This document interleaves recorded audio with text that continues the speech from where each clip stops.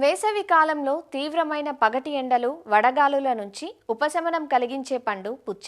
అందుకే వేసవి కాలం ప్రారంభం నుంచే మార్కెట్ను ముంచెత్తుతుంటాయి ఈ కలింగర కాయలు. అయితే కాయ కోసినప్పుడు మంచి ఎరుపు గుజ్జు ఉన్న కాయలకే మార్కెట్ డిమాండ్ అధికంగా ఉంటుంది. అదే తెల్లటి గుజ్జుతో చప్పగా ఉన్న కాయలను వినియోగదారులు ఇష్టపడరు. రైతుకు కూడా సరైన ధర దక్కదు. అందుకే పుచ్చ పండించే రైతులు సరైన పక్వదశను గుర్తించి మాత్రమే కోతలు చేయాలి. పుచ్చలో కాయ పక్వతను ఎలా గుర్తించాలో, కోతలు రవాణాలో తీసుకోవాల్సిన జాగ్రత్తలను తెలియజేస్తున్నారు ఆచార్య ఎన్జీ రంగా వ్యవసాయ విశ్వవిద్యాలయం, శ్రీకాకుళం జిల్లా నైరా వ్యవసాయ కళాశాల విస్తరణ విభాగం అధ్యాపకులు డాక్టర్ చిన్నమనాయుడు. ఇటీవల కాలంలో మనం చూస్తే రబీ పంట కాలంలో ఈ వాటర్ మిలాన్ అంటే మనకు పుచ్చకాయల సాగు అనేది పెరుగుతూ వస్తుంది. వేసవిని దృష్టిలో పెట్టుకుని రైతులు డిసెంబర్ మొదటి వారం, అదేవిధంగా జనవరి రెండో వారం, మూడో వారం వరకు కూడా వేయటం జరిగింది. ఇవి కోతలన్నీ కూడా ఇప్పుడు మనకి ఈ ఫిబ్రవరి చివరి వారం నుంచి అదేవిధంగా ఏప్రిల్ వరకు కూడా జరుగుతూ ఉంటాయి. డిమాండ్ని దృష్టిలో పెట్టుకుని ఒక్కొక్కసారి రైతులు ఈ కోతలు కోసే సమయంలో సరైనటువంటి జాగ్రత్తలు తీసుకోకపోవడం, ఒక్కోసారి తయారు కానిటువంటి కాయని కోసి మార్కెట్కి పంపించడం వల్ల అక్కడ ఎవరైతే కొనుగోలు చేస్తారో కన్జ్యూమర్స్ వాటి క్వాలిటీ సరిగా లేక ఇబ్బంది పడడం జరుగుతుంటుంది. అంటే కాయ సైజు అనేది ఒక్కటే కాదు ముఖ్యం. రైతులు ఒక్కొక్కసారి ఏంటంటే బరువు ఎక్కువగా వస్తుందని చెప్పేసి కొంచెం తయారీకైనటువంటి కాయలను కూడా కోసి మార్కెట్కి పంపిస్తుంటారు. అక్కడ కనుక చూస్తే అక్కడ మీరు కాయ కోసిన తర్వాత కానీ తెలియటం లేదు.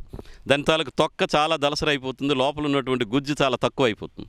అలాంటప్పుడు కన్జ్యూమర్స్ ఎవరైతే కొనుగోలు చేసి ఈ వాటర్ మిలాన్ తింటారో వాళ్ళు నిరుత్సాహానికి గురవడం జరుగుతుంది. కాబట్టి కన్జ్యూమర్స్ దెబ్బతింటారు. అదేవిధంగా రైతులు కనుక సరైన సమయంలో కోత చేయకుండా ఎక్కువ ఓవర్ రైపెన్ అయిపోవడం కానీ ఇలాంటివి చేస్తే ఒక్కోసారి రవాణాలో దెబ్బతింటం అనేది కూడా జరుగుతూ ఉంటుంది.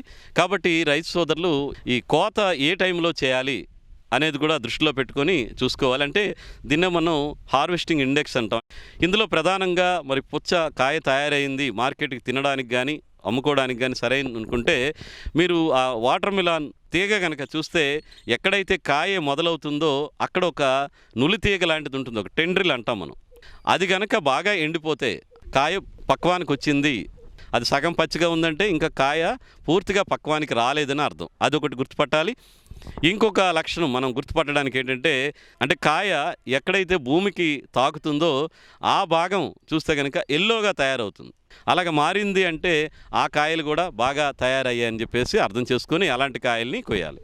అదేవిధంగా శబ్దాన్ని బట్టి కాయ బాగా తయారైంది లేదు అని శబ్దాన్ని బట్టి మనం గుర్తుపెట్టుకుంటే, తయారైన కాయ అయితే కనుక మీరు దాని మీద కనుక చేత్తో కానీ తట్టి చూస్తే మీకు ఒక రకమైన అంటే టేబుల్ మీద కొట్టినట్టు టంగ్ టంగ్ అని కొంచెం సౌండ్ వస్తుంది, అలాంటి శబ్దం వస్తుంది.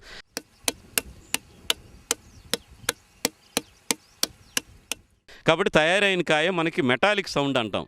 ఆ విధంగా రైతులు ఈ పుచ్చకాయ తాలూకు పక్వానికి వచ్చేటువంటి లక్షణాలని గుర్తుపట్టాలి. పుచ్చ వేసే రకాన్ని బట్టి ఇప్పుడు అన్నీ కూడా హైబ్రిడ్స్ 80 నుంచి 85-90 రోజుల్లో మనకి పక్వానికి వచ్చేటువంటి టైం వస్తుంది.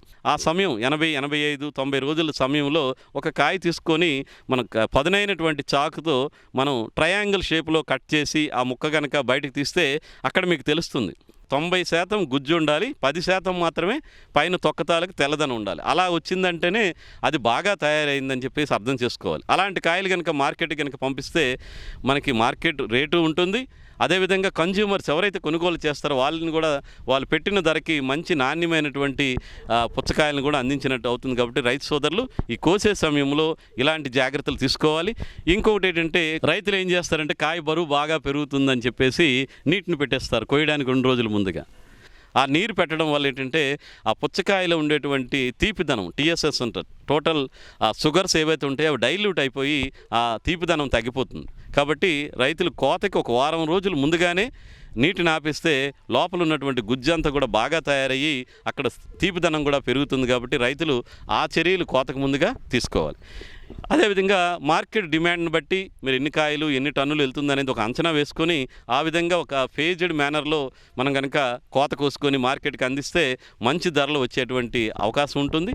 ఒకవేళ ఒక్కొక్కసారి మార్కెట్ ధరలు సరిగా లేనప్పుడు కోసిన తర్వాత వాటిని కొంచెం జాగ్రత్తగా నీడలోనే నిల్వ ఉంచడం, కాయలను కూడా ఒకదాని మీద మరీ ఎత్తుగా బరువుగా పేర్చకుండా 3-4 వరుసల వరకు మాత్రమే పేర్చుకొని నీడలో అమర్చుకోవాలి.